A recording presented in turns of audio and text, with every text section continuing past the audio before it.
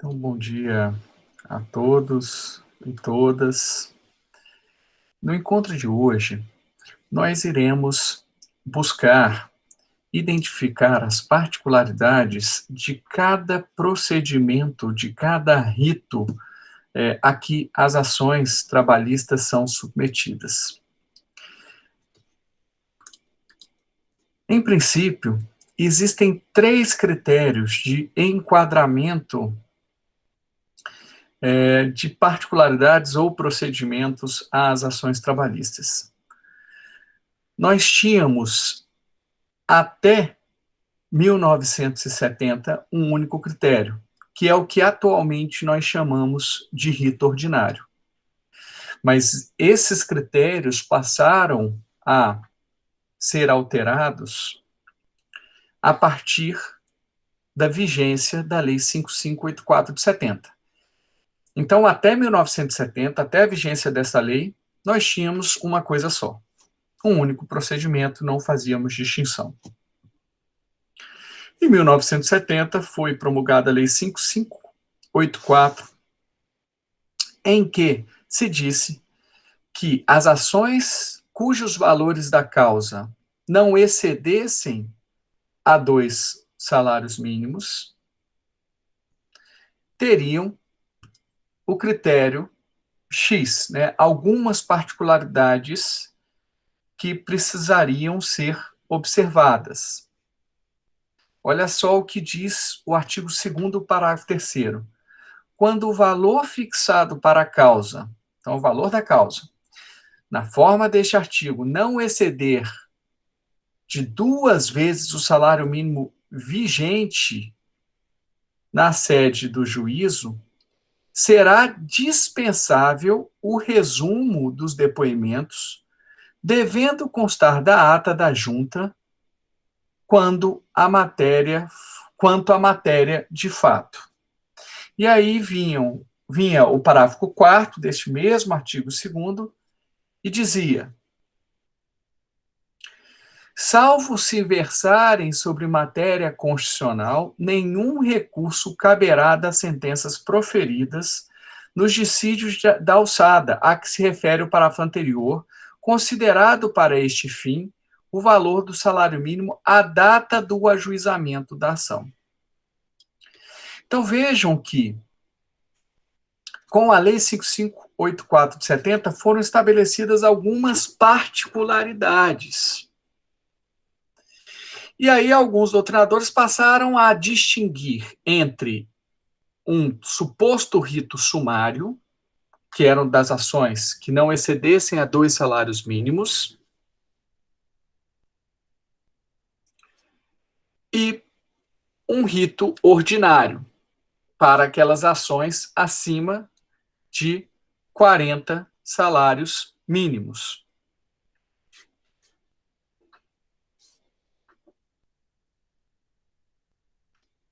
E deixa eu só pegar a data exata aqui, ó.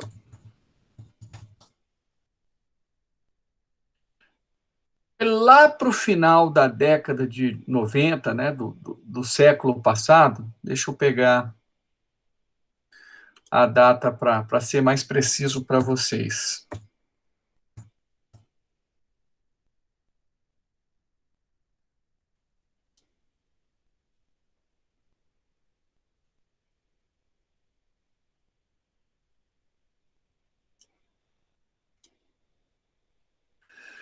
Na verdade, no ano 2000, basicamente, que foi a lei 9957 de 2000, houve uma nova alteração e foi introduzido o rito sumaríssimo.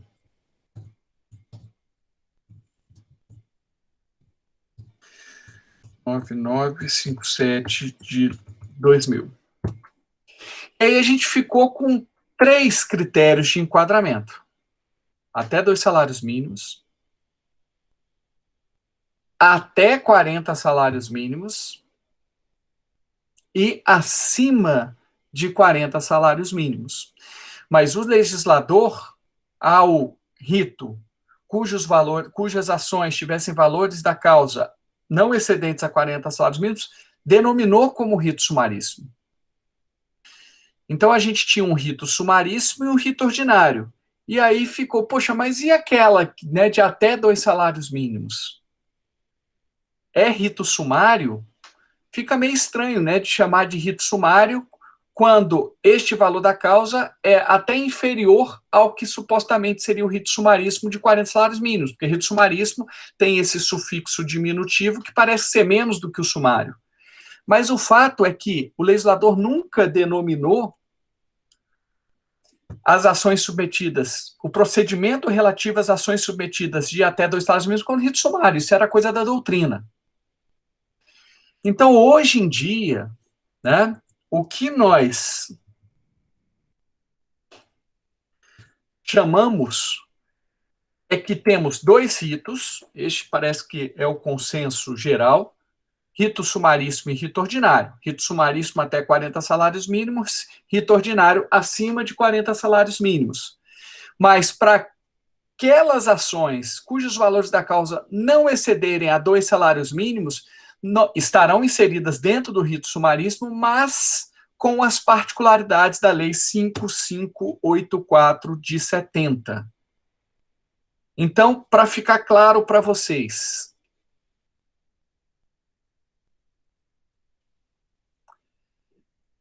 nós temos até 40 salários mínimos, rito sumaríssimo, mas até 2 salários mínimos dentro do rito sumaríssimo, portanto, nós temos as particularidades previstas na Lei 5584 de 70. Então, até 2 salários mínimos é rito sumaríssimo com as particularidades da Lei 5584 de 70.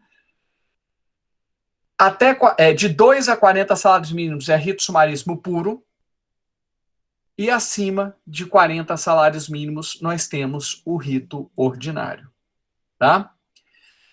Então, se vocês ouvirem falar em rito sumário, né, aqui, ó, rito sumário, já sabem que a maior parte da doutrina não entende que é um rito propriamente dito, porque são apenas algumas particularidades. Mas a Lei 9957 de 2000 não revogou a Lei 5584 de 70. Elas convivem harmonicamente. Ok? Vamos lá e ver quais são as particularidades previstas na Lei 5584 de 70 em relação a essas ações submetidas ao valor de alçada. É assim que elas são mais conhecidas, né? Porque para a maior parte da doutrina, novamente, vamos deixar claro, não há um rito sumário propriamente dito, mas apenas algumas particularidades dessas ações cujos valores da causa não excedam a 2 salários mínimos. Pois bem, nós temos 3 particularidades básicas. Dispensabilidade da transcrição dos depoimentos na audiência de instrução.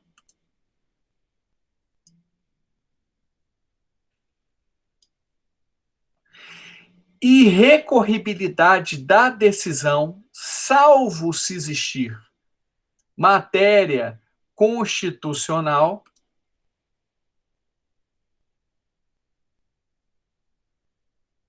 Impulso de ofício. Impulso de ofício. Prevista aí no artigo 4º da Lei 5584 de 70. Vamos à primeira das particularidades previstas aí no artigo 3º.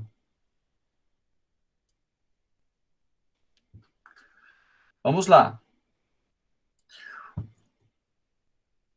Perdão, no parágrafo 2º, no artigo 2º, parágrafo 3º. quando o valor fixado para a causa na forma deste artigo não exceder de 2 vezes o salário mínimo vigente na sede do juízo, será dispensável o resumo dos depoimentos, devendo constar da ata a conclusão da junta quanto à matéria de fato. Primeira coisa que a gente precisa observar é que esta lei é de 70, antes, portanto, da emenda constitucional 19 de 99, perdão, 24, estou com a cabeça ruim hoje, 24 de 99, que extinguiu a representação classista na Justiça do Trabalho. Por isso, a referência à junta, devendo constar na parte final do parágrafo 3º, artigo 2º, devendo constar da ata a conclusão da junta. Não temos mais junta de conciliação e julgamento. O primeiro grau é um juízo monocrático. Nós temos apenas um juiz.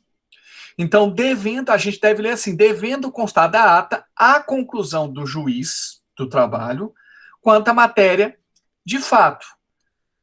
O que este parágrafo 3º está querendo dizer? Que na hora de fazer audiência, nessas ações submetidas ao valor de alçada, ele, ao invés de transcrever letra por letra ou ipsilíteris o que foi dito, ele tão somente vai transcrever a sua conclusão a respeito do que foi falado. Então, ele não vai precisar dizer que falou que trabalhava de 8 às 18, com 2 horas de intervalo, que falou, que xingou, que não sei o quê, Em tese, como se trata de um procedimento mais simples, até porque o valor é pequeno, o juiz pode, né, dar uma celeridade maior e, ao invés de perder tempo transcrevendo ipsilíteris o que foi falado, ele simplesmente diz, olha, a testemunha, né, comprovou que o reclamante trabalhava de tanto a tanto. Não vai precisar falar todos os detalhes né, que a testemunha acordava de manhã, chegava, né, pegava um ônibus a tantas horas, chegava lá no café, né, na empresa, tomava o café da manhã, né, antes, aí depois se vestia. Não, ele simplesmente já pode colocar a conclusão que ele teve para ganhar tempo. Isso tudo considerada a presunção de que é uma ação mais simples, de que era uma ação mais tranquila. Só um minutinho, tá, pessoal?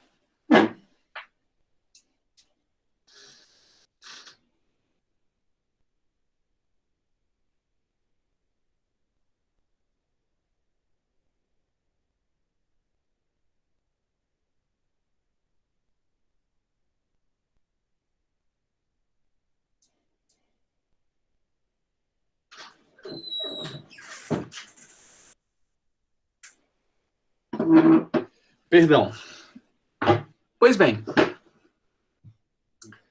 Então, é basicamente todas essas regras que diferem do rito ordinário se baseiam na presunção de que uma ação cujo valor da causa seja inferior seja uma ação mais simples e, portanto, não precisa se perder tanto tempo, já pode tocar digamos assim, uma marcha processual mais vertical, né?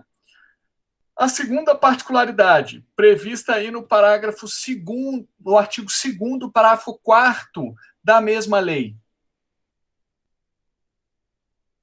Salvo se versarem sobre matéria constitucional, nenhum recurso caberá das sentenças proferidas nos dissídios de alçada, a que se refere o parágrafo anterior, considerado para este fim o valor do salário mínimo, a data de ajuizamento da ação. Então, basicamente está dizendo o seguinte, olha, as decisões proferidas nas ações submetidas ao valor de alçada são irrecorríveis. As sentenças, melhor dizendo. As sentenças das ações submetidas ao valor de alçada são irrecorríveis, exceto se houver matéria constitucional. E qual é o recurso cabível?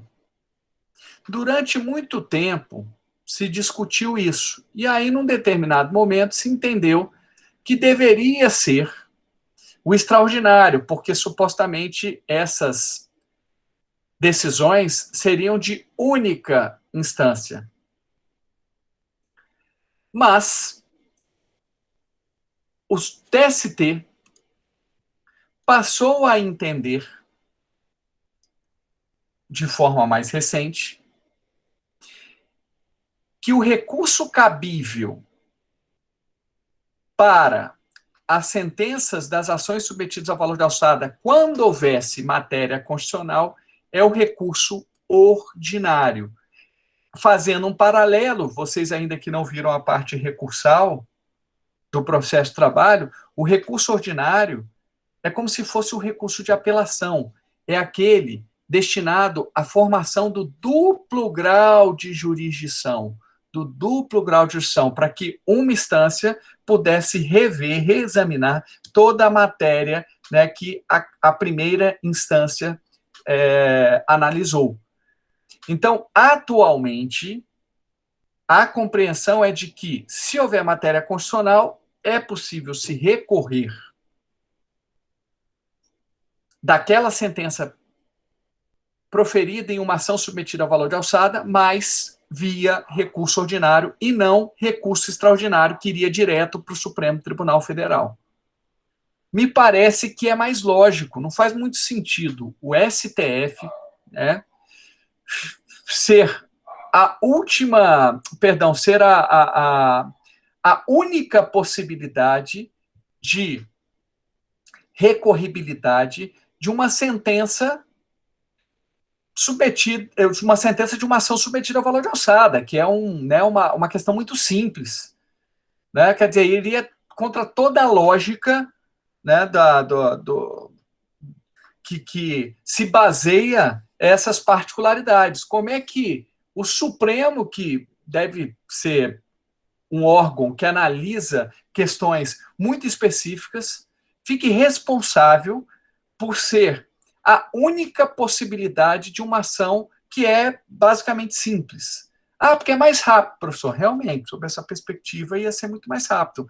Mas não faz sentido o Supremo ter que se dedicar a esse tipo de ação, que é uma ação efetivamente simples e que poderia ser resolvida, né, também de uma maneira bastante singela, né, bastante singela. Então, só para vocês ficarem claro em relação à regra de irrecorribilidade da sentença nas ações submetidas ao valor de alçada. Em regra, essa sentença é irrecorrível. Agora, se daquelas várias pretensões, né, submetidas por meio da ação, existir uma que se alicerce em matéria constitucional, aí é possível se recorrer só sobre aquele ponto. Ah, tem 50 pedidos, mas só um deles tem matéria constitucional, então só vai recorrer daquele que tem matéria constitucional. Os outros, a sentença vai ser recorrível. E o recurso cabível é o ordinário. Tá? Professor, se tiver ente público, vai ter o recurso de ofício, aquele reexame necessário? Só fazendo um resgate aí para quem não se recorda, para quem ainda não estudou esta matéria.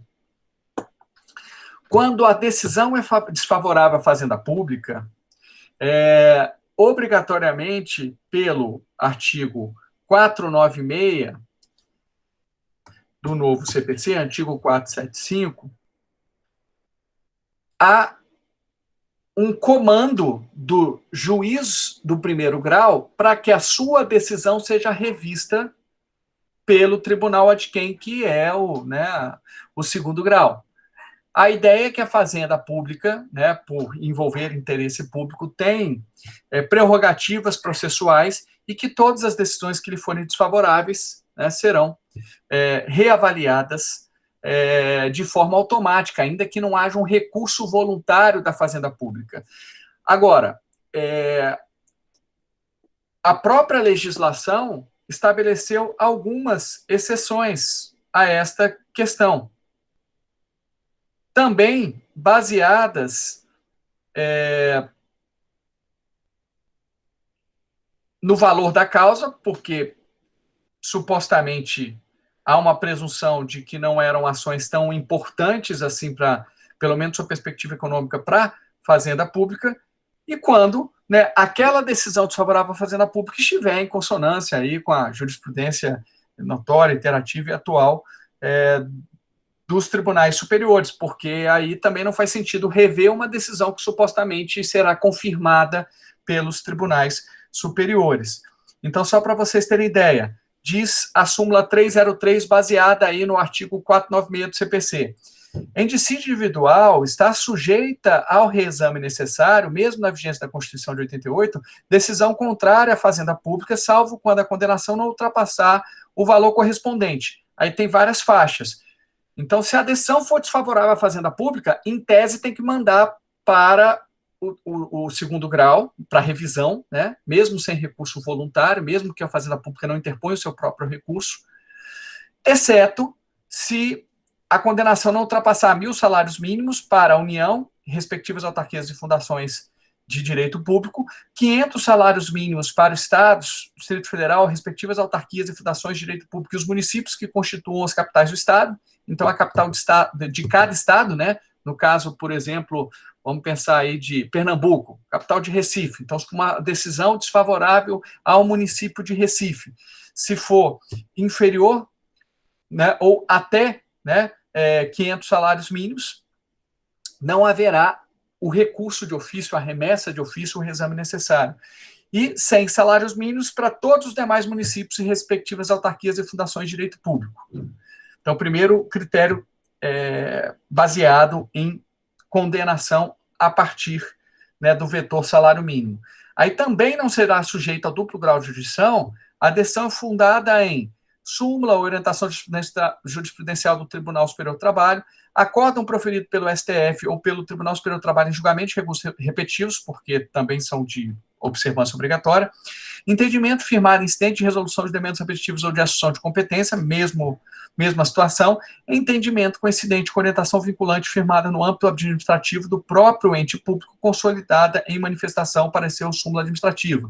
É quando o próprio ente público tem um entendimento consolidado de acordo com a decisão que foi desfavorável à fazenda pública na esfera judicial. Então, por exemplo, o juiz condenou a fazenda pública com base no entendimento X, mas internamente aquele próprio ente público tem um entendimento igual ao que o juiz proferiu quando condenou, né, quando o condenou na esfera judicial. Então, não faz sentido, né? Se o juiz está decidindo de acordo com o que o próprio ente público reconhece internamente nas vias administrativas, não há por que se fazer o recurso, o reexame necessário, né, para forçar o duplo grau de jurisdição.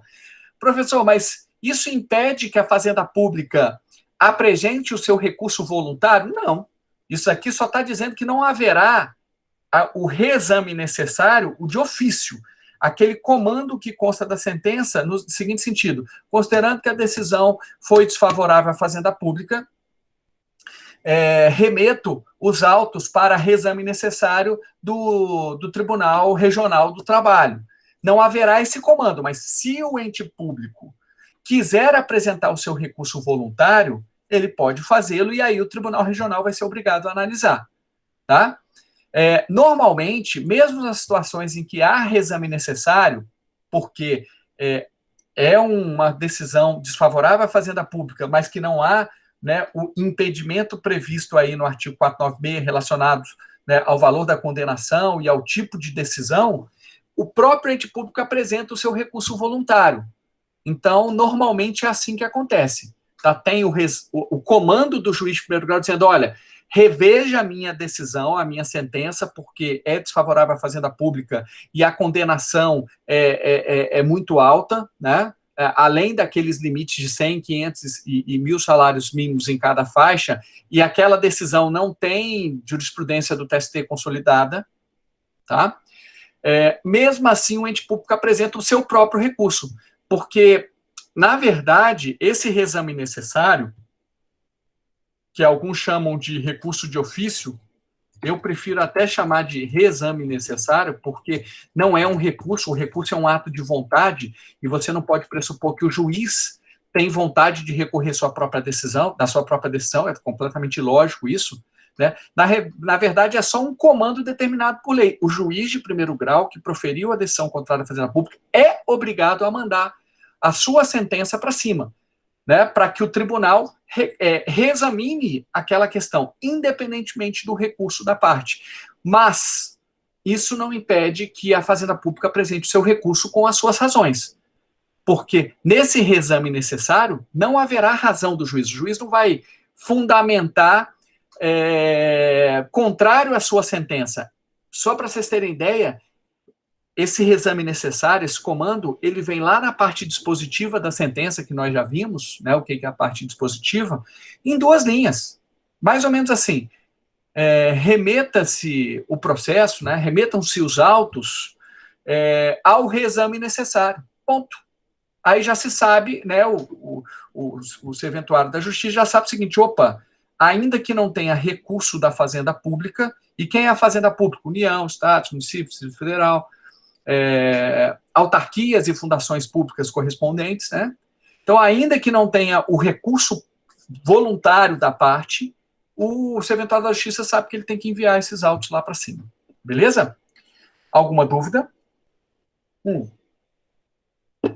Isso tudo para dizer o seguinte: haverá reexame necessário nas ações submetidas ao valor de alçada? Pessoal, em tese pode haver, mas não é provável. Por quê? Porque as ações submetidas ao valor de alçada são ações cujos valores da causa são de 2 salários mínimos, até 2 salários mínimos.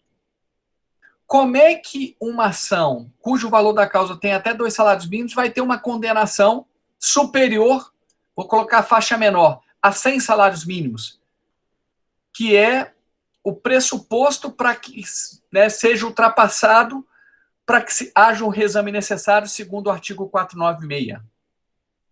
Lembrando, para que haja reexame necessário, o valor da causa tem que, o valor da condenação, melhor dizendo, tem que ter uma importância de, no mínimo, 100 salários mínimos para, no caso, os municípios, que não sejam capital de Estado, porque capital de Estado já é 500. Se for União, é de, no mínimo, 1.000 salários mínimos. Como é que uma ação cujo valor da causa é de até 2 salários mínimos vai ter uma condenação de superior a 100, 500 ou 1.000, a depender de cada faixa? É ilógico, é improvável.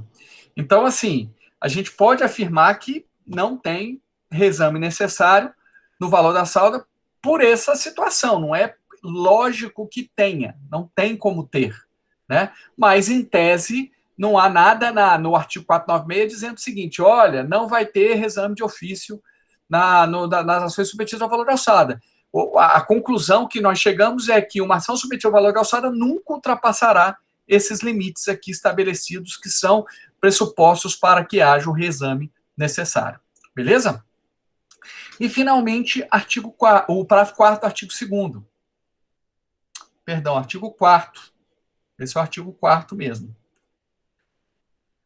Nos dissídios de alçada exclusiva das juntas, e a gente já sabe que não tem juntas, então vamos lá. Nos dissídios de alçada exclusivo das varas do trabalho, é assim que a gente tem que ler. Por que exclusivo das varas? Porque não tem recurso. Se lembra que primeira característica, em tese não tem recurso. Por isso que fala dissídios de alçada exclusivo das varas. Em tese vai tramitar só na vara, porque não tem recurso, só se houver matéria constitucional. Então foi assim que o legislador colocou, né?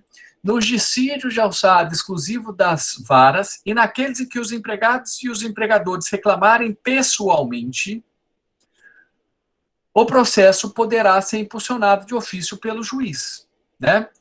Em princípio, aí não tem nenhuma, como é que eu posso te dizer, nenhuma particularidade tão significativa, que é basicamente o seguinte, olha, uma vez que o judiciário saiu da sua inércia porque foi provocado, né, digamos assim, o processo ele vai tomar o seu curso, sendo o seu impulso dado pelo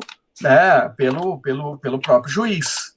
Claro que o juiz não vai poder praticar atos exclusivos da parte, como um recurso, por exemplo, da sua sentença. Mas, uma vez começado por iniciativa da parte, ele vai se desenvolver por impulso oficial, que é basicamente o que está aqui no artigo 2º do CPC. O processo começa por iniciativa da parte e se desenvolve por impulso oficial, salvo as exceções previstas em lei. Tá? Então, assim, a bem da verdade, não se trata de uma particularidade porque está em consonância aí, né, com o que diz o CPC de 2015. Tá? Mas no passado isso chegou a ser uma particularidade a ser lembrada. Beleza? Só para ficar claro, qual é o critério de enquadramento das ações submetidas ao valor de alçada? O valor da causa no exato momento do ajuizamento da ação. Isso fica claro aqui no artigo 2º, parágrafo 4º da Lei 5.54/70. Né? Lá se fala o valor do salário mínimo à data do ajuizamento da ação. Então, se por acaso, em virtude do aumento, do não reajuste do salário mínimo, vamos supor, né, aquela ação ficar, de alguma forma, migrando entre 2 salários mínimos ou não, isso é relevante. O enquadramento vai se dar na data do ajuizamento. Você vai pegar o seguinte, lá no dia em que foi protocolada a ação trabalhista, o valor da causa correspondia a quantos salários mínimos? A 1,99. Então, está submetido ao valor de alçada. A 2 salários mínimos, está submetido ao valor de alçada. A 2,1 salários mínimos. Não está submetido ao valor de alçada. É na data do ajuizamento. Mas ao longo do processo, professor, migrou entre 2,1 a 1,99. Não importa, é irrelevante. Qual que é a correspondência durante o processo em termos de salário mínimo? O que importa é no momento do ajuizamento da ação. E tem todo sentido, né? Você imagina se o procedimento ficasse entre rito sumaríssimo, rito ordinário, valor de alçada, porque o valor do salário mínimo foi alterado ao longo do processo. Né? Na verdade, você sempre vai fixar no momento do ajuizamento da ação. Beleza?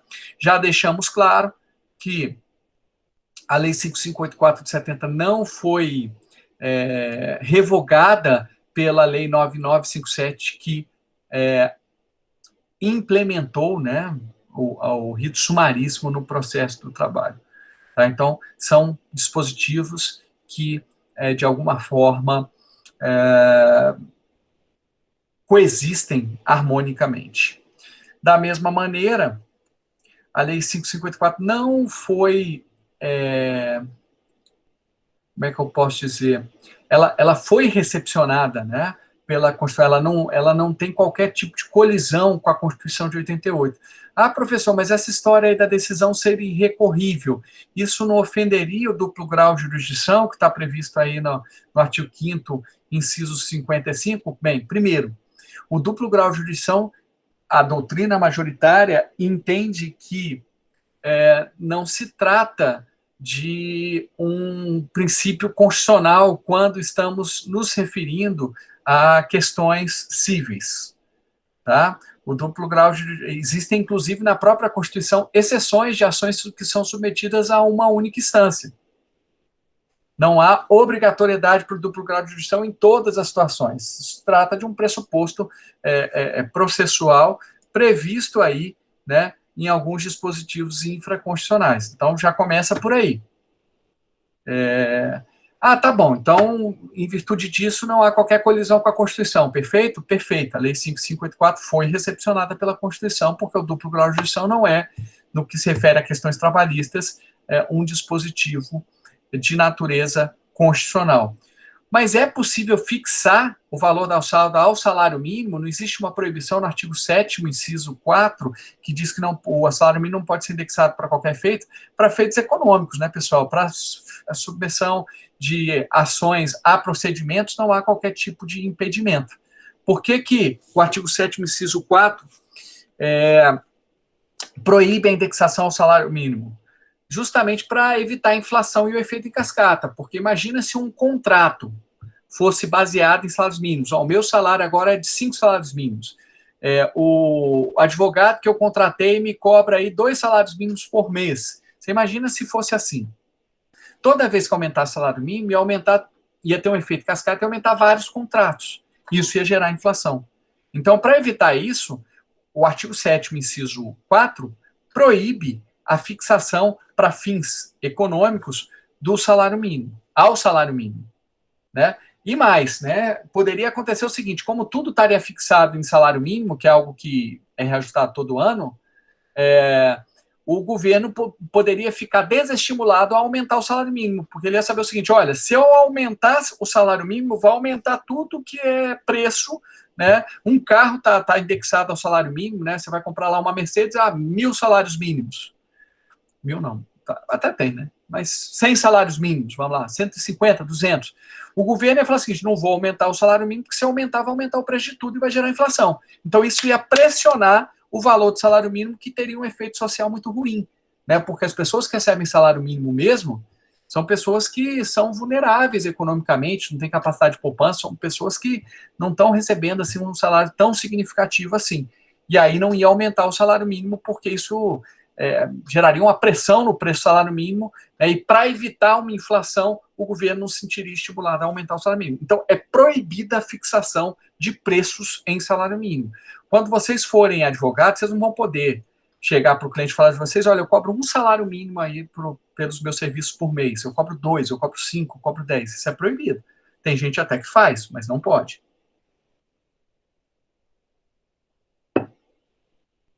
Me recordo que eu usei aparelho, né?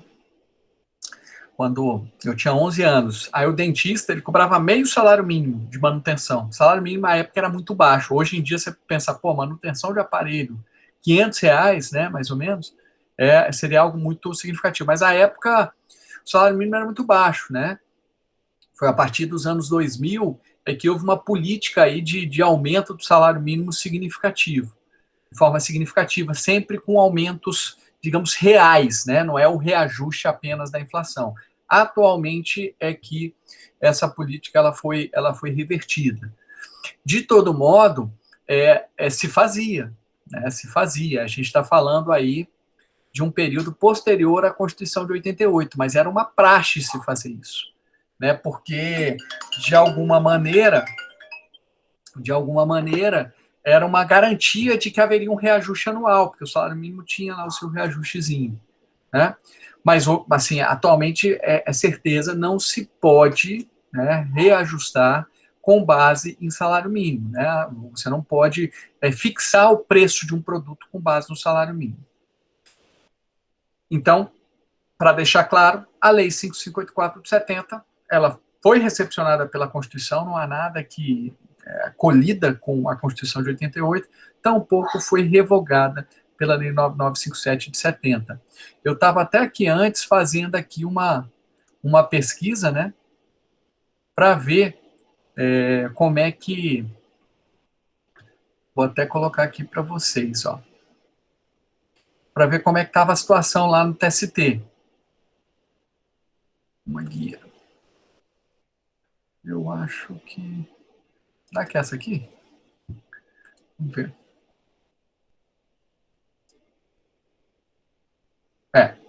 Essa aqui, ó.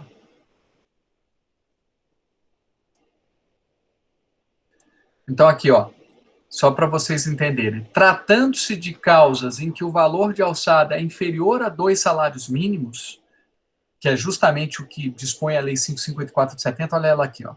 Lei 5.584 de 70. A jurisprudência desse Tribunal Superior Eleitoral tem sido de que é cabível o recurso ordinário contra a sentença, caso a discussão envolva matéria constitucional. Então, foi aquilo que eu te falei, não é o recurso extraordinário, é o recurso ordinário. Então, vai ser um recurso que vai ser julgado pelo TRT, depois do TRT tem um recurso revisto, depois do recurso revisto. Isso tudo se houver matéria constitucional, e apenas no que se refere à matéria constitucional. Tá? Aqui é interessante a gente até aproveitar esse particular aqui, porque olha como é que é a página do TST, tá? Para quem nunca viu. Sempre tem notícias aqui, tá?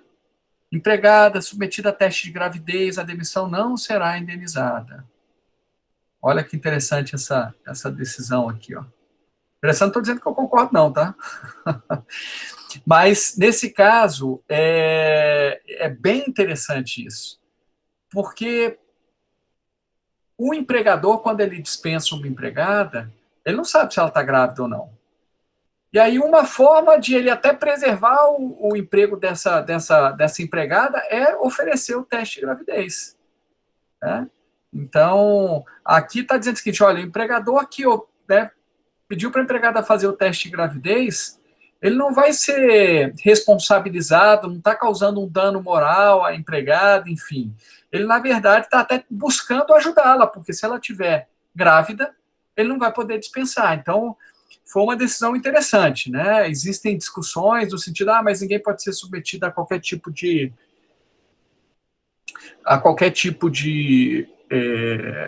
exame. Eu até realmente entendo que ninguém pode ser submetido a qualquer tipo de exame. A questão é, o empregador que quer preservar o emprego da empregada gestante, né? Ele quer dispensar aquela empregada, mas não sabe se ela está gestante. Ele oferece o teste. Ele está causando um dano moral, ele pode ser responsabilizado pela decisão? Não, e foi por maioria. Você vê que não foi a unanimidade. Tá bom, então vamos supor que esse entendimento prevaleça. Ele não vai ser responsabilizado a pagar uma indenização por danos morais para a empregada. Mas e se a empregada se recusar, ela pode? Pode, ela não é obrigada a fazer, ninguém é obrigada a fazer um exame específico, né? Determinado pelo empregador. Agora, quais são os efeitos jurídicos desse exame? É um bom tema, dessa recusa. É um bom tema de TCC aí para quem está procurando.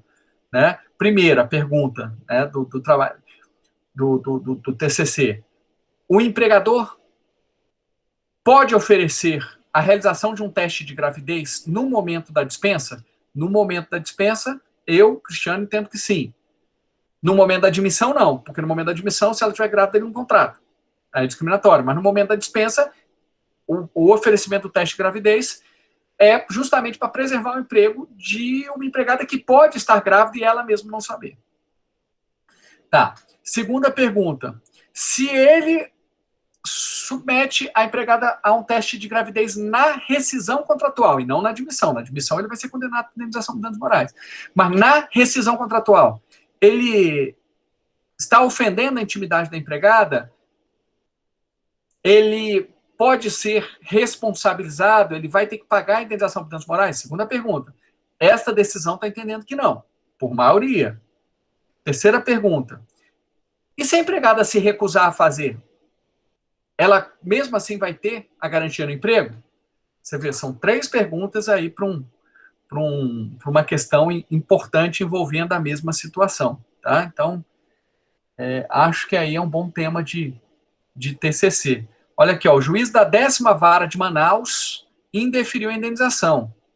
Né? E aí parece que isso foi mantido. Em voto vencido, ó, o Maurício Godinho aí. Alguns têm o livro dele e muitos conhecem. Em voto vencido, o relator, o ministro Maurício Godinho, considerou a conduta da empresa uma intervenção no âmbito da personalidade da mulher.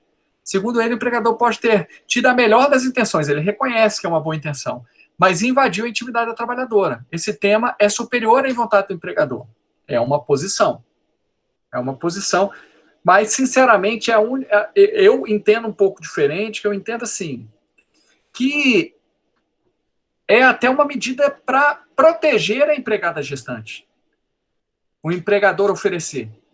Né? Agora, se a empregada quer ou não fazer, é uma questão dela. Eu sei que a situação não é tão simples. E por que não é tão simples? Porque, às vezes, a empregada ela está gestante e ela não quer revelar isso. Ela não quer revelar por algum motivo naquele momento. E aí, como é que fica? Mas é uma questão de confiabilidade, de sigilo daquela informação que o empregado deve garantir. Se ele, de alguma forma, divulga, o empregador, né? Se o empregador divulgar isso, né, para o companheiro, para a família, para o pai, para a mãe, aí ele pode ser responsabilizado pela quebra desse sigilo. Mas se for, na minha avaliação, um exame feito sob sigilo, apenas para que não se concretize uma rescisão contratual de uma empregada gestante, aí eu acho possível. Mas essa digressão é só para mostrar aqui como que o site do TST, ele se parece interessante, tá? Ele se parece interessante porque tem muita coisa aqui que pode ser explorada, né? E aqui, ó, quando vocês forem fazer pesquisa, olha as súmulas aqui, né? Tem súmula, tem OJ, mas vocês veem aqui, ó, pesquisa de jurisprudência. Eu normalmente gosto de usar esse campo aqui só, tá? Aí eu desmarco aqui, porque eu gosto só dos acórdãos, porque senão pega tudo. Às vezes eu coloco súmula também, coloco orientação jurisprudencial, né? Porque aí já sai todas as súmulas, todas as orientações jurisprudenciais e acórdãos.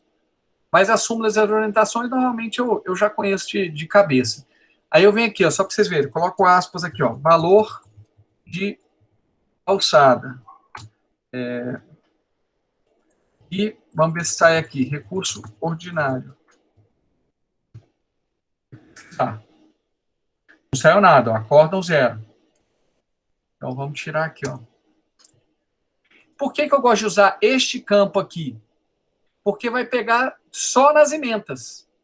Se eu não coloco naquele campo, pega no teor também do voto, do acórdão, e aí fica muita coisa. Aqui já deve ter muito, ó, tem 458 acórdãos.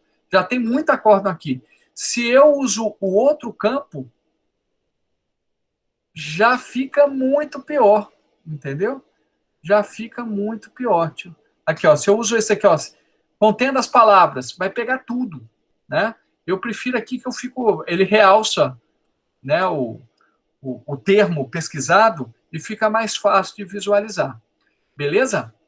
Então é isso, é só para vocês conhecerem o site do TST, que tem muita coisa interessante, tá? Para quem gosta aí da disciplina, vale a pena dar uma olhada, ver sempre as notícias. Decisão bem interessante aí, essa que eu mencionei, né? Inclusive, eu discuto isso quando a gente trata aí da garantia do emprego da gestante, né? Porque o empregador fica numa situação muito vulnerável, né? Assim, ele não pode fazer, isso é claro, né? Ele não pode fazer teste de gravidez no processo seletivo e durante o vínculo empregatício normal, a não ser que durante o vínculo que tem uma justificativa, né? Assim, ela vai ser promovida a uma função que pode fazer mal para o bebê, porque tem, sei lá, radiação, alguma coisa assim, né? Então, até aí eu acho que é justificável, porque aí nós estamos falando do direito a não ser discriminado, da garantia de não ser discriminado, com, de repente, o direito à vida, o direito à integridade física do próprio bebê. Agora, quando o empregador dispensa uma empregada, e se ele não sabe que ela está grávida, o fato é que essa empregada vai ter garantia no emprego, mesmo o empregador não tendo a intenção de dispensá-la grávida. A garantia no emprego independe da ciência do empregador em relação ao estado gravídico da empregada, mesmo que a empregada saiba que esteja grávida. O empregador não sabe, porque a barriga não apareceu ainda. Dispensa a empregada sabe que está grávida, não fala nada para o empregador, ela vai ter garantia no emprego. É o que diz a súmula 244. Agora, como é que o empregador pode evitar essa situação? A única forma é oferecer um teste de gravidez no momento da rescisão. Tipo, olha, eu tenho a intenção de rescindir o seu contrato, mas, né, se você estiver grávida, eu não posso rescindir. Você está grávida? Não. Ou estou. Mas se estiver, aí ele não vai poder dispensar. Não, não estou grávida. Não, você pode fazer aqui um exame para a gente confirmar isso? Aí eu acho também uma situação de ponderação de princípios, né? Realmente, eu não discuto que isso é algo íntimo da empregada, a situação dela. Só que, por outro lado, a gente também tem o interesse público em proteger aquela criança. E proteger de que forma? Proteger a partir da manutenção do emprego da sua mãe. Como é que aquela criança vai nascer sem emprego? Sem sua mãe ter um emprego, né? com que condições financeiras ela vai ter, né? Ela vai, de alguma forma, ter quando nascer. Então, são princípios que precisam ser sopesados, e nesse caso específico, eu acho que realmente é uma questão opinativa que me parece interessante reconhecer, né, a possibilidade do empregador fazer isso. O empregador não quer, né, de alguma forma, invadir a intimidade, o interesse é outro. O interesse é de proteger aquela criança a partir da manutenção do emprego da sua mãe, cujo o vínculo seria rescindido por aquele empregador. Agora, esse empregador ele tem que assegurar sigilo, né, aquelas informações, porque são informações, né, particulares daquela empregada e que ela talvez não tenha interesse em revelar, né, por uma questão pessoal, enfim, uma situação muito particular. Beleza? Dando seguimento, então. Vamos ao rito sumaríssimo. Lembrando que o rito sumaríssimo são das ações até 40 salários mínimos. E aí, pessoal, tudo que nós falamos anteriormente se referia basicamente ao rito ordinário. A gente chegou a fazer as diferenciações do rito sumaríssimo em cada situação, mas o que vocês precisam entender é que a CLT, ela em 1943, previa um rito único. E aí, em 70, veio as ações submetidas ao valor de alçada, né, com a Lei 5.54/70, e em 2000 veio, né, o rito sumaríssimo. Então, aqui iremos apresentar as particularidades do rito sumaríssimo, mas lembrando que, em relação a todo o restante, o rito sumaríssimo ele vai ter o mesmo tratamento geral que o rito sumário, o rito ordinário, concede. Então, nós temos um conjunto de regras gerais, e aí, sim, né, depois temos aí, né, algumas particularidades do rito sumaríssimo. É basicamente isso. Agora, o que não está inserido nessas particularidades do rito sumaríssimo se enquadra aí nesse regramento geral, que é o que a CLT prevê para todas as situações. Tá? Então, por exemplo, perícia. Será que perícia é um bom exemplo? Vamos colocar um outro exemplo. Recurso ordinário. No princípio, não tem tantas diferenças assim. Tem mais os procedimentos internos do segundo grau. Mas as regras relacionadas ao recurso ordinário são as mesmas do rito ordinário, rito sumaríssimo, não há qualquer diferenciação. Sentença, a única diferença entre o rito sumaríssimo e o rito ordinário é que, em tese, a sentença do rito sumaríssimo pode ter o seu relatório dispensável. É uma faculdade do empregador, né? do juiz, melhor dizendo, do juiz. Então, pode ser que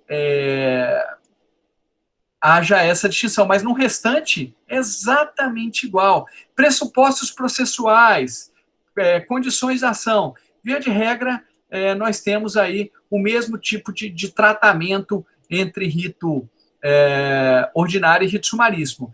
Na verdade, são pequenas particularidades que nós temos e queremos aqui descrevê-las. E a principal delas, né, talvez sejam relacionadas à petição inicial. Tá? A petição inicial, que agora com a reforma trabalhista, mesmo assim, no rito ordinário já tem se exigido uma questão específica, que era talvez a grande diferenciação entre rito ordinário e rito sumaríssimo. Pois bem, qual que é o critério básico de enquadramento para o rito sumaríssimo? Ações que não excedam a 40 salários mínimos. Portanto, até 40 salários mínimos, a ação será submetida ao rito sumaríssimo. Acima de 40, ao rito ordinário. Beleza? Isso considerada a data do ajuizamento da ação. Esse enquadramento se faz no exato dia do protocolo da ação. Aí a gente vê, não, está aqui, 50 mil reais. 50 mil reais são tantos salários mínimos. Rito sumaríssimo ou rito ordinário. Beleza?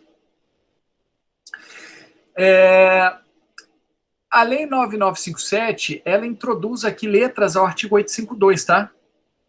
Mas ela tem dispositivos lá específicos, que também alteram o rito sumaríssimo. Mas a grande modificação que ela faz na CLT é por meio da exceção do artigo 852. O artigo 8, da introdução de letras, né? Essas letras elas não correspondem todo o disciplinamento da Lei 9957. Existem algumas outras particularidades, mas até porque também tem no artigo 896, né, alguma alteração. Mas, de todo modo, a lei ela praticamente está toda compreendida aqui nas letras do artigo 852, especialmente no que se refere ao procedimento de primeiro grau, que é o objeto aqui do nosso curso. Beleza? Existem algumas exceções à aplicação do rito sumaríssimo, mesmo naquelas ações cujos valores da causa não são de 40 salários mínimos. Em outras palavras, para ficar claro para vocês, todas as ações cujos valores da causa não excedam 40 salários mínimos serão submetidos ao rito sumaríssimo? A resposta é negativo. É a maior parte dessas ações. Esse é o critério básico, é a regra geral. Mas existem algumas ações cujos valores são de até 40 salários mínimos que não serão submetidas ao rito sumaríssimo.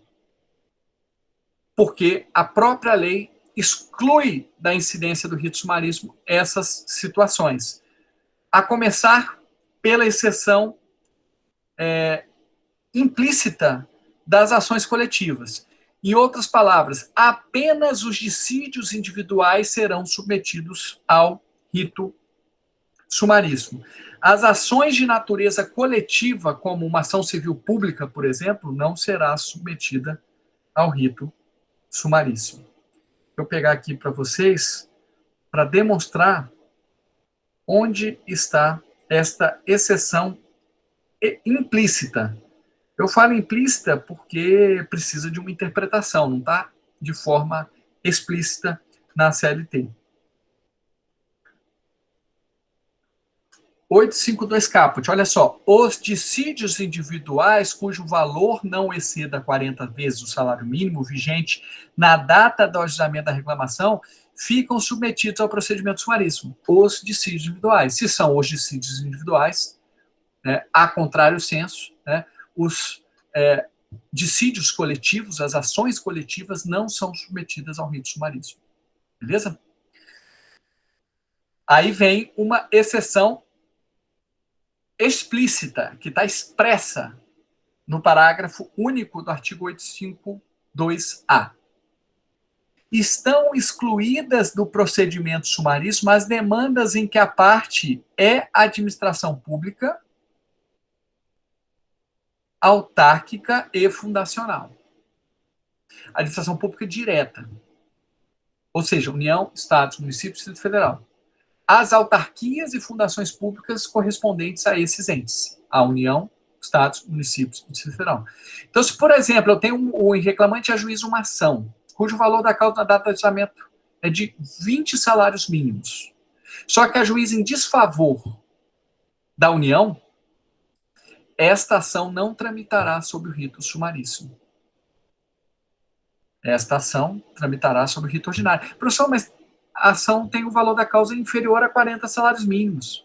Sim, mas é parte desta ação a administração pública direta. Professor, e se for empresa pública e sociedade de economia mista? Aí é rito sumaríssimo. A exclusão legal é apenas para a administração pública direta, autárquica e fundacional correspondente à administração direta. Então, União, Estados, municípios, Distrito Federal e autarquias e fundações públicas desses entes referidos. Empresas públicas e sociedade de economia mista, né, as ações são submetidas ao rito sumaríssimo se os valores da causa não forem superiores a 40 salários mínimos. Uma outra exceção implícita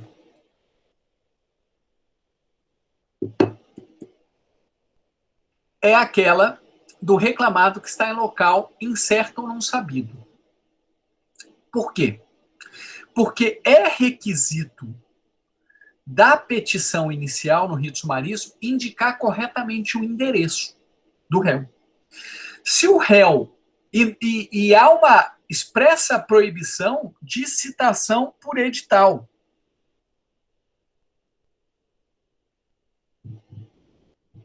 Olha só o que diz o 852B, inciso 2. No rito sumaríssimo, não se fará citação por edital.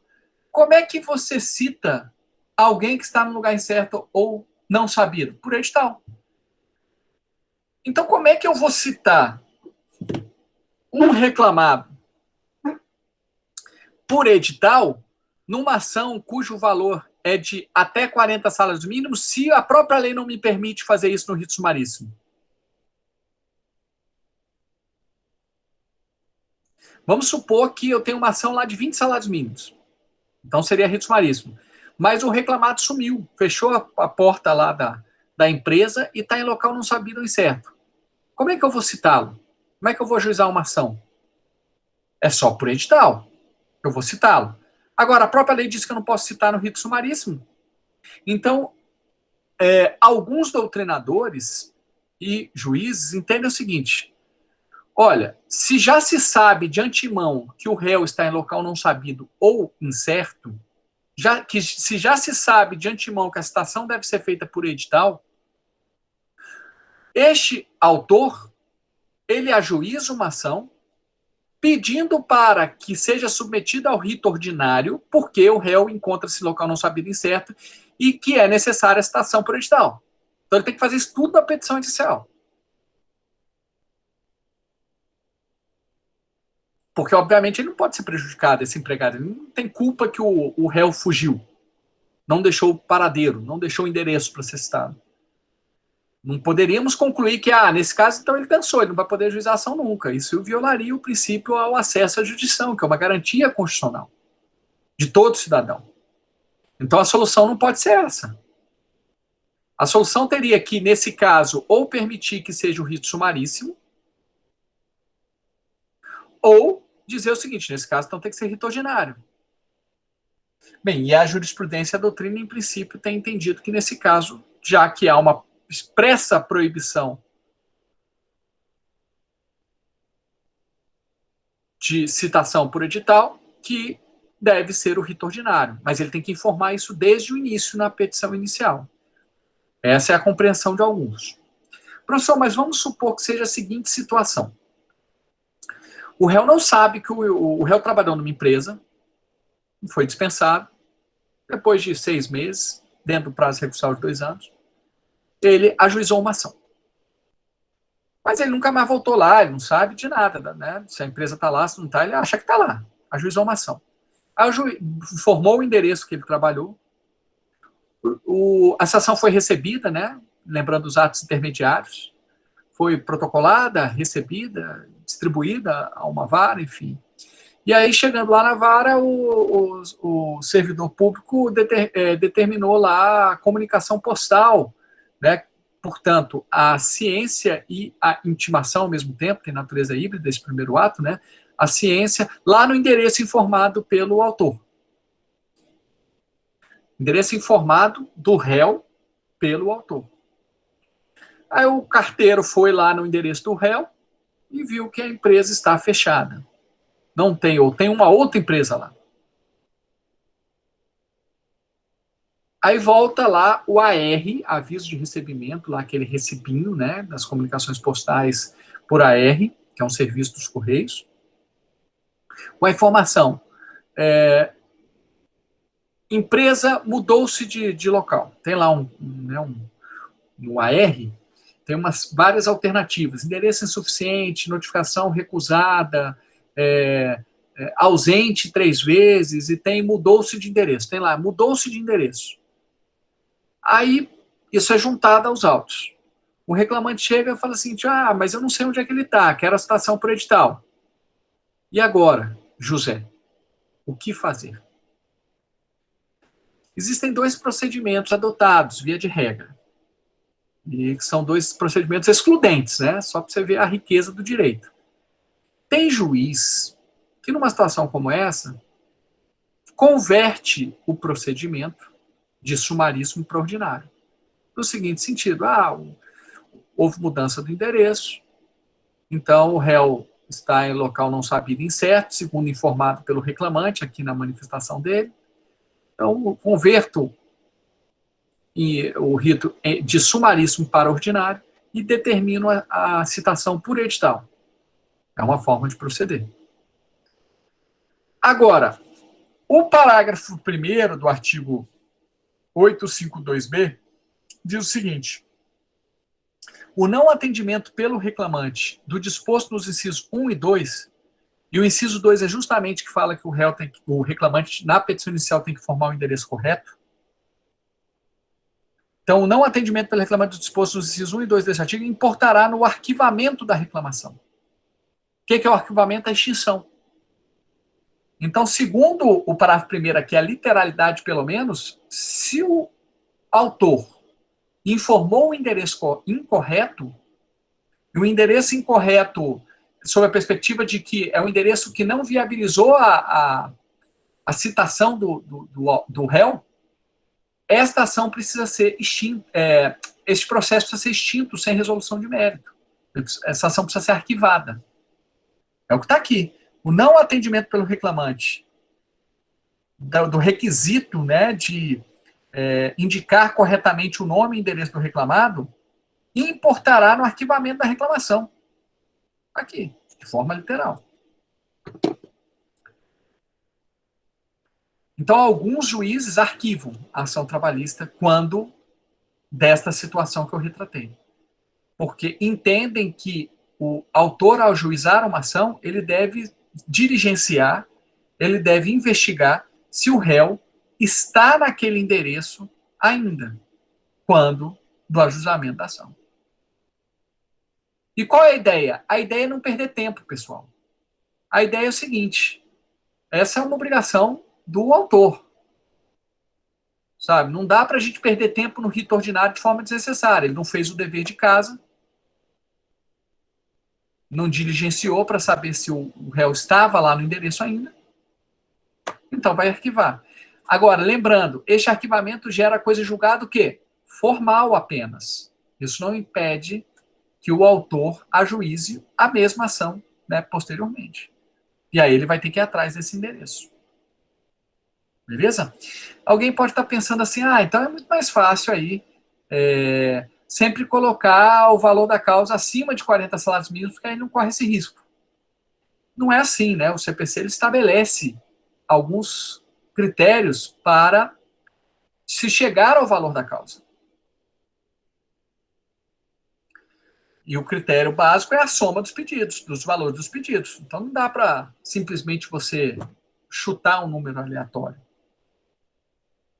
Vou colocar aqui 100 mil reais e o processo valer 2 mil. Está errado. Tem alguma coisa errada aí. E agora com a reforma trabalhista, tanto no rito ordinário como no rito sumarício, os pedidos precisam ser líquidos.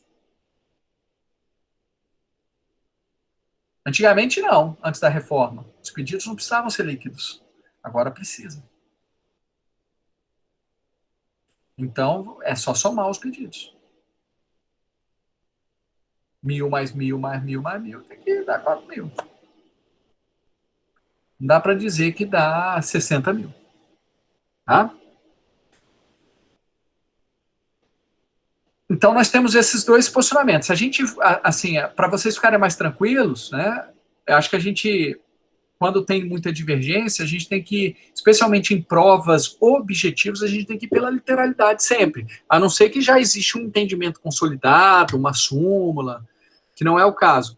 Mas o entendimento literal se o autor, na petição inicial, indicou o endereço errado, ainda que fosse o endereço que ele trabalhou, mas é o endereço que o reclamado não se encontra mais, aí, em tese, é caso de arquivamento.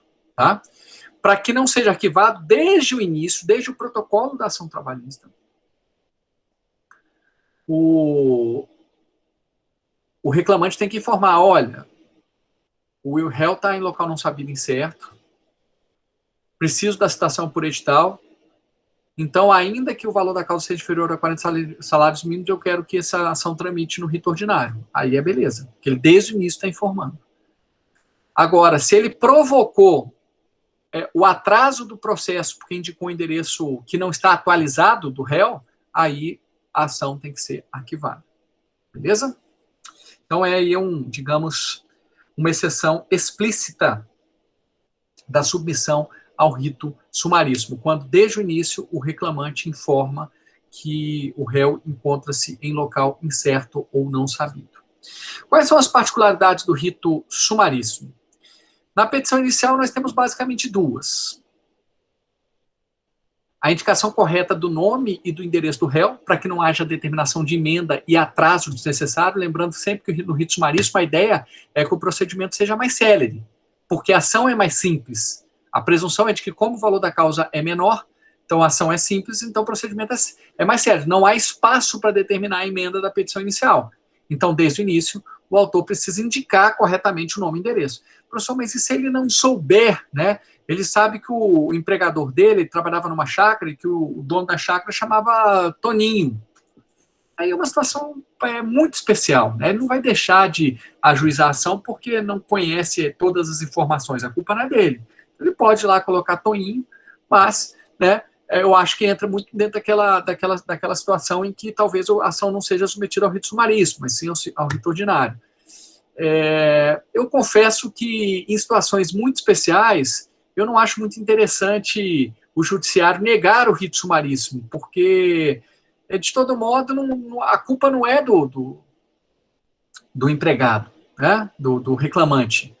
E mesmo ele não tendo culpa, ele não poderia ser punido ao não ter o rito sumaríssimo à sua disposição, que é um rito muito mais rápido. Mas, né, é uma situação excepcional, a lei não tem uma resposta exata para isso, né? Vai depender muito da interpretação de cada juiz. De todo modo, a única certeza que nós temos é que essa ação ela vai tramitar, ela tem que tramitar, mesmo que o reclamante não tenha todas as informações, porque não lhe foram fornecidas essas informações pelo empregador. Mas vamos supor que, por erro material, o reclamante coloque um nome errado, aí a petição a citação é feita na empresa correta, mas o nome está errado, a empresa vai e se recusa a receber. Você vê que já houve um adiamento por erro do empregado. Então é uma situação em que a indicação incorreta do nome pode gerar o arquivamento, já que o parágrafo 1º do artigo 852b diz que se não foi indicado corretamente o nome ou o endereço do réu, o caso é de arquivamento, e não de determinar a emenda da petição inicial para corrigir. Tá? A ideia é muito clara no sentido que, olha, no rito sumaríssimo, o reclamante ele já tem que dar todas as informações certinhas, porque não vai ter emenda, vai arquivar se estiver errado. Beleza? Aí ele vai ter que entrar com outra ação. É meio pedagógico isso. Segunda particularidade da petição inicial no rito sumaríssimo, pedido certo, determinado e líquido. Vai ter que estar lá, 566 horas extras no valor de tanto. Certo? Determinado e com o valor correspondente. Se não tiver valor correspondente, arquiva também. Não é para emendar a petição inicial para indicar o valor. Ah, professor, mas é burrice, porque isso vai demorar mais tempo. Sim, mas aí é o efeito pedagógico. E gera realmente esse efeito. Hoje, as petições iniciais estão todas com valores líquidos, porque as partes sabem que, se não apresentar valor líquido, vai arquivar. Com a reforma trabalhista, passou-se a exigir valor líquido também no rito ordinário, antes não tinha. A grande diferença é que, se no rito sumaríssimo não tiver valor líquido, os pedidos, arquiva. No rito ordinário, não, pode mandar emendar, porque o rito não é tão rápido assim. E não há previsão legal de extinção do processo sem resolução de mérito no rito ordinário por ausência de pedido líquido. Muito pelo contrário, quando há uma irregularidade na petição inicial no rito ordinário, a determinação do CPC é que se emende para corrigir aquela irregularidade. No rito sumaríssimo, não. No rito sumaríssimo, a lógica é de que nós não mandamos emendar a petição inicial, porque a petição tem que estar toda certinha para que não haja atrasos. Essa é a ideia. O artigo 852C estabelece aí os procedimentos relacionados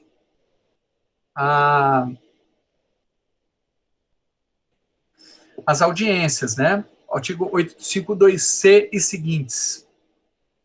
Olha o que diz o 852C. As demandas sujeitas a rito sumaríssimo serão instruídas e julgadas em audiência única sob direção de juiz, presidente ou substituto, que poderá ser convocado para atuar simultaneamente com o titular. Na realidade, a própria CLT no rito ordinário também já diz que, preferencialmente, as audiências serão unas. Mas a prática tem demonstrado que o fracionamento da audiência sob a perspectiva de alguns juízes é mais conveniente. Por dois motivos. É mais justo, porque a audiência una é muito... deixa o reclamante num estado de vulnerabilidade muito grande. Mas por que a audiência una deixa o reclamante no estado de vulnerabilidade? Porque o reclamado sabe o teor da petição inicial na audiência una, mas o reclamante não sabe o teor da defesa. Então, até para a produção de provas, isso pode interferir. Mas como não sabe, professor, se o senhor diz na aula de defesa que no PJE a defesa é apresentada antes da audiência. Não, eu disse que pode ser apresentada. É recomendável que seja apresentada antes, mas ela, em tese, o momento da apresentação da defesa é na audiência. Então, na audiência pode se apresentar a defesa, inclusive oral. E outra, mesmo no PJE, quem apresenta antes, via de regra, coloca a defesa sob sigilo. Esse sigilo só é retirado em audiência. Por que sob sigilo? Justamente porque se a ação trabalhista for arquivada, o reclamante não vai ter teor, não vai conhecer o teor da defesa. Se a reclamação trabalhista for arquivada por ausência do reclamante à audiência. No 844 da CLT não diz se o reclamante não comparecer à audiência, a primeira audiência vai ser arquivado. Então, é arquivado e o reclamante continua sem saber qual é o teor da defesa, porque se ele souber, ele pode mudar. Na segunda ação trabalhista que ele for ajuizar, ele pode mudar alguma coisa já meio que rebatendo a defesa, entendeu? Então, por estratégia, os advogados de reclamado normalmente protocolam no PJE a defesa, mas colocam sob sigilo. Esse sigilo só é retirado, né, em audiência. Então, o reclamante somente tem conhecimento do teor da defesa em audiência. E aí fica desigual.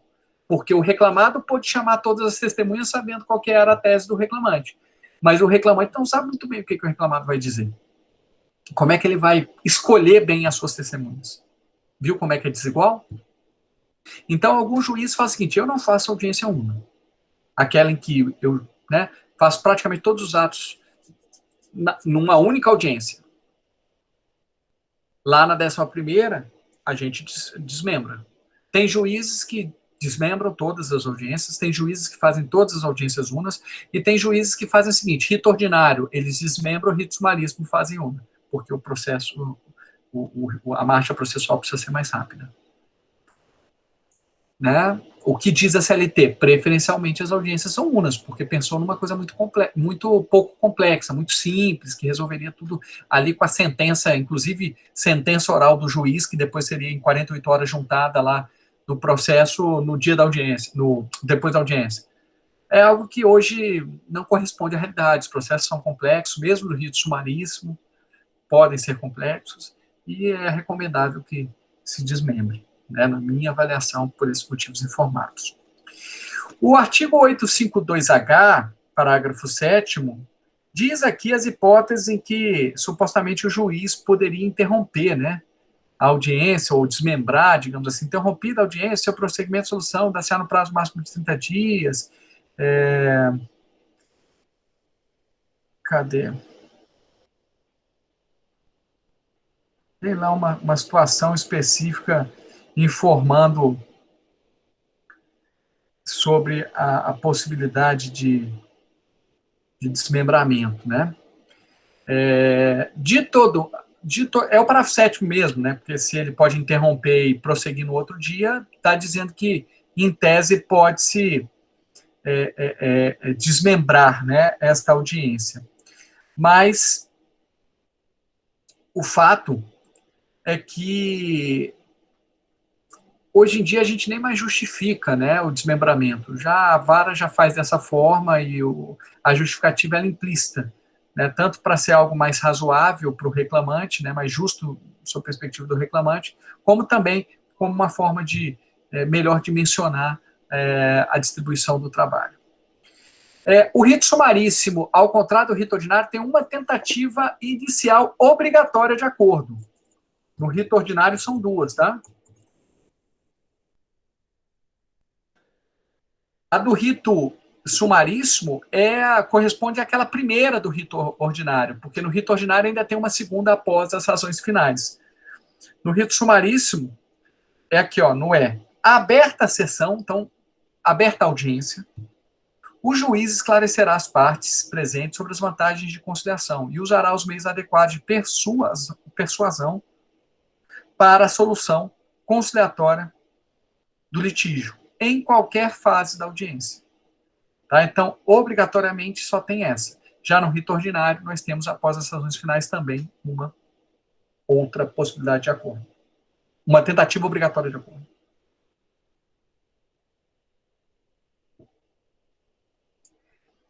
O G, 852G, ele diz que, preferencialmente, os incidentes deverão ser decididos ali na audiência, né, qualquer incidente, justamente para não atrasar, para não, né, de alguma forma, não determinar o desmembramento da audiência, que vai repercutir aí na duração do processo.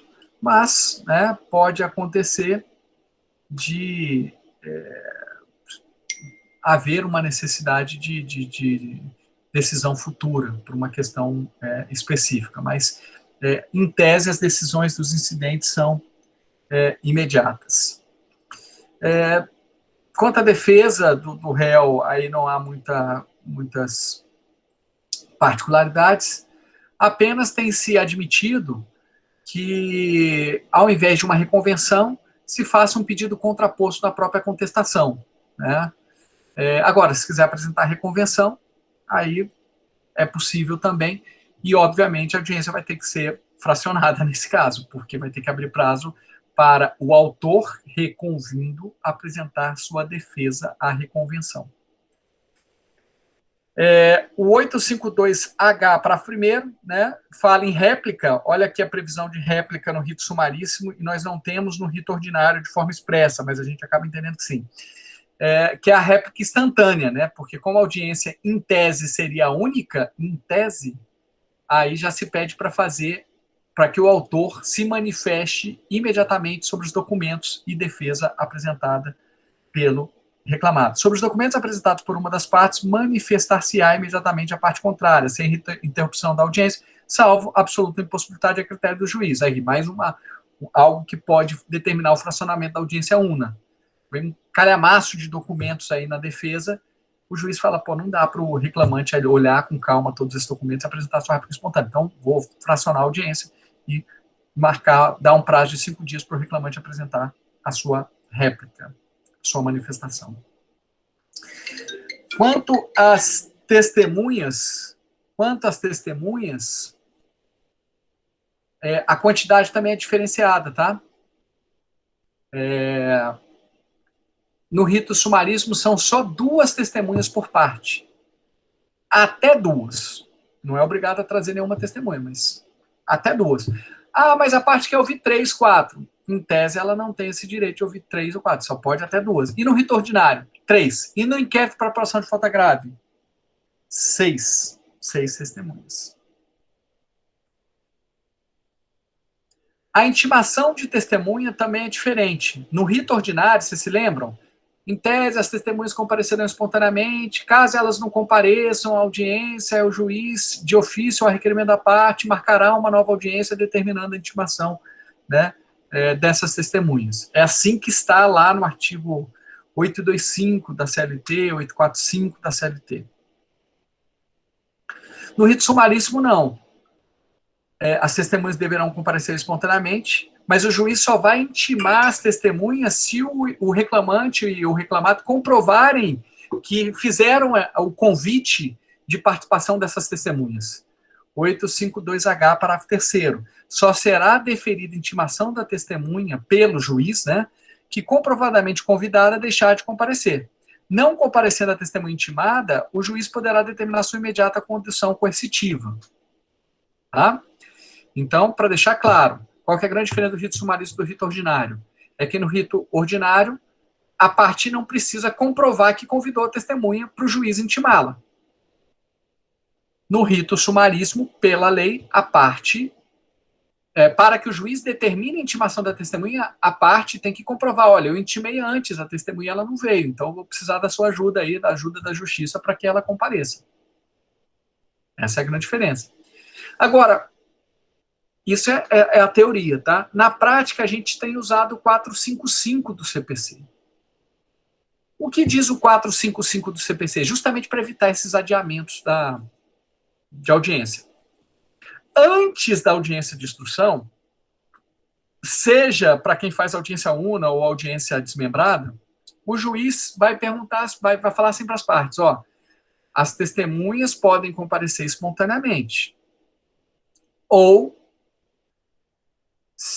a parte interessada precisará seguir o rito do artigo 455 do CPC.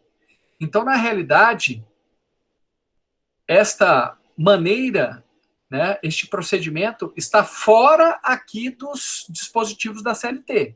É uma terceira forma. E o que diz o 455 do CPC? Fala o seguinte: para que o juiz intime a testemunha, a parte precisa convidar essa testemunha por AR e juntar esse convite até 3 dias antes da audiência. Então tem todo um procedimento. É muito semelhante ao do rito sumaríssimo, mas é um pouco mais rigoroso. O convite precisa ser por AR e tem que ser juntado 3 dias antes. Aí vamos supor que a parte não adotou esse procedimento. Chega lá no dia da audiência, minha testemunha não veio. Precluiu. Infelizmente, a gente não vai ouvir, a gente vai seguir a audiência normalmente. Vai ouvir as que tem aqui, a sua. Ou a parte chega bem assim, fala, ó, minha testemunha não veio, mas está aqui, ó, o AR, com 3 dias de antecedência, tudo bonitinho.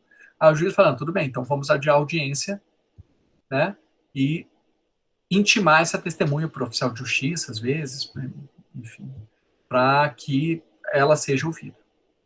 Mais ou menos isso. Para quem adota essa terceira opção. Professor, mas qual que é a mais correta? É aquilo que eu falo, depende. Tem juiz que adota o que está na CLT, tem juiz que prefere adotar o 455, que parece ser mais prático, mais eficiente. E dá super certo. Lá nós adotamos o 455 na 11ª vara, dá super certo. Não tem erro.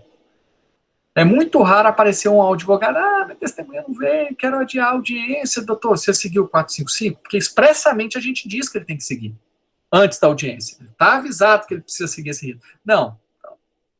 Aí não dá problema. Nunca tive uma nulidade por conta disso. Na realidade, quando a gente exige o 455, normalmente as testemunhas vêm espontaneamente. O advogado faz o convite lá para as testemunhas, ó, vai ter audiência no dia tal, preciso que você esteja lá, e elas vêm. É muito raro acontecer de uma testemunha não vir.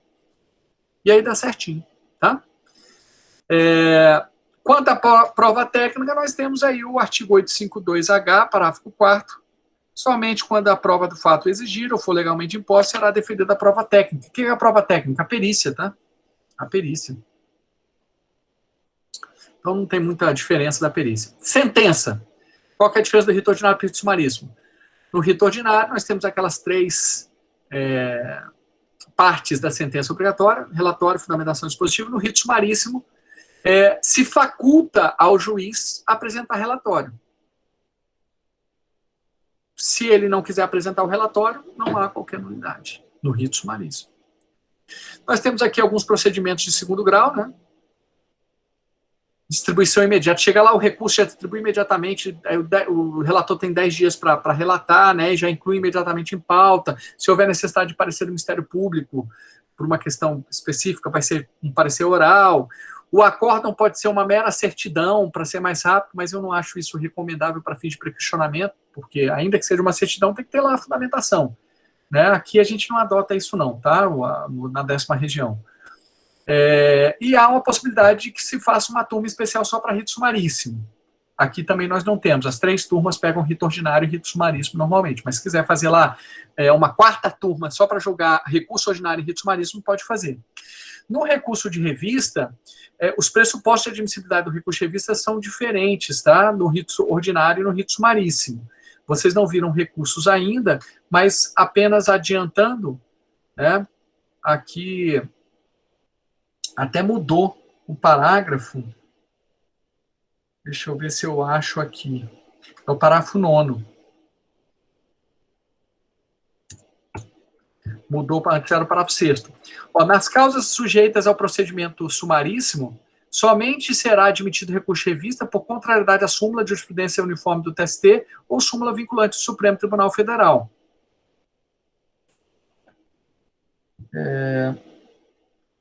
E por violação direta à Constituição. Tá? Então, vamos colocar aqui, ó. Nas causas submetidas à revisão, somente será a súmula de jurisprudência do TST, acrescentar para ficar melhor. O súmula do TST, súmula vinculante do STF e violação constitucional.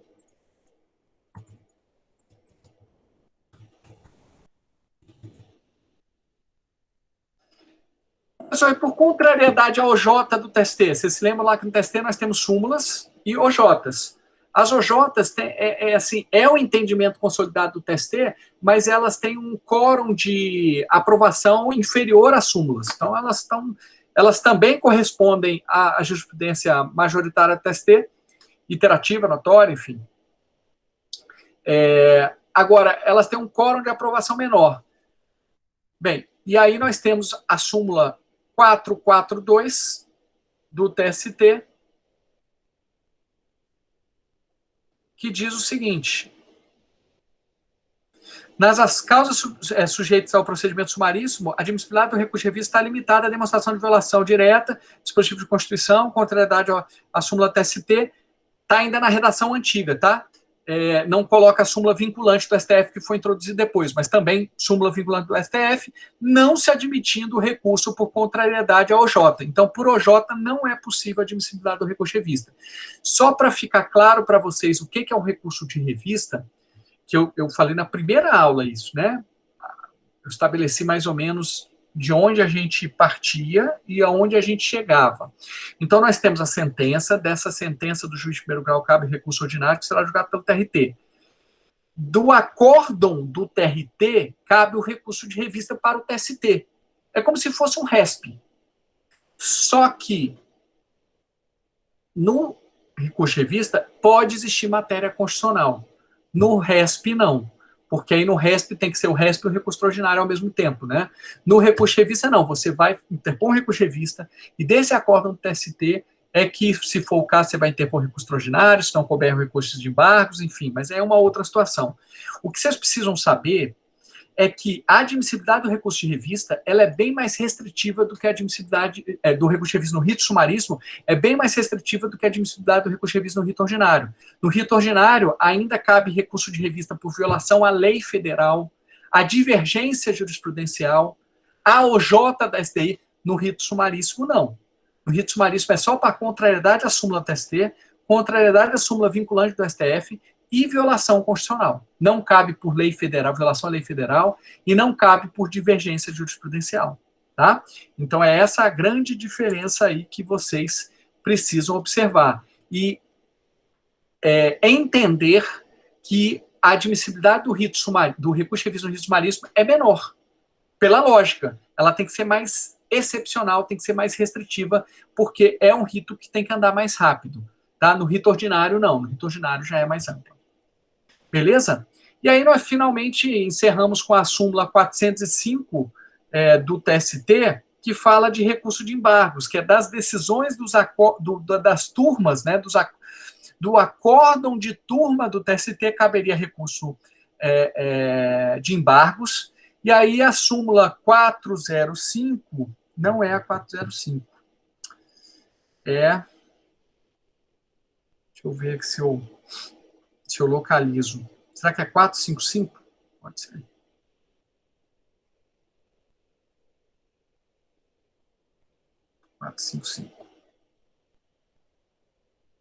Não tem 455. Deixa eu ver se eu acho aqui. Mas está dizendo o seguinte: No recurso de embargos, já é a admissibilidade normal do recurso de embargos, né, que é com base em divergência entre as turmas do TST. Vou ver aqui se tem. OJ, não era súmula, é OJ 405, tá? Que no recurso de embargos das ações submetidas ao rito sumaríssimo, aí sim, né, é a admissibilidade normal do recurso de embargos, que vocês não viram ainda, né? Depois a gente foi convertida na súmula 458. Estão de brincadeira comigo aqui, ó. Deixa eu pegar aqui 458. Pronto. Em causas sujeitas ao procedimento sumaríssimo, em que pese a limitação imposta no artigo 896, parágrafo 6º, lembrando que a limitação imposta no artigo 896, parágrafo 6º é do recurso de revista, né? É aquela do recurso de revista. Deixa eu só voltar.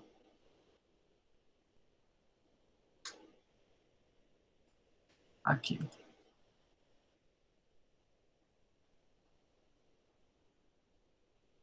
Peculiaridades do procedimento.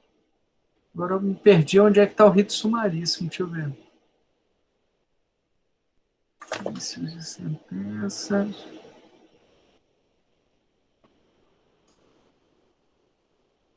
Está aqui, pronto. Então, súmula 458, para ficar certinho aqui para vocês.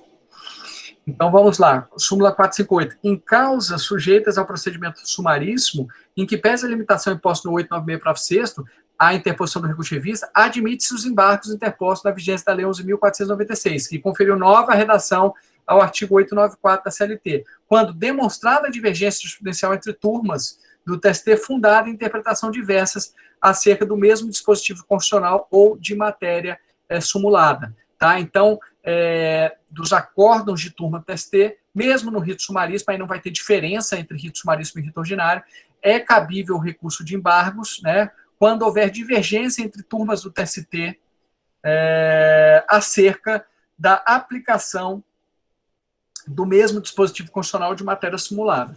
Tá? Então, é isso que ocorre. Pessoal, espero que tenha ficado claro para vocês, né, tanto a questão relacionada à submissão das ações ao valor de alçada, como a do rito sumaríssimo. A gente já tinha feito a maior parte dessas diferenciações. Em relação a essa parte recursal última aqui, ainda nós não vimos recursos, mas eu queria que vocês pelo menos fixassem que no recurso de revista existe aí uma restrição em relação à admissibilidade no procedimento sumaríssimo, né, quando comparado ao procedimento ordinário, e no recurso de embargos não, é basicamente a mesma coisa. Quando nós fizermos a nossa prova, aí depois a gente entra nessas particularidades aí, tá bom? Um grande abraço, se alguém tiver alguma dúvida, eu estou à disposição aí de todos. Professor, eu preciso falar com o senhor. Tá, deixa eu só encerrar a gravação aqui, a gente fala.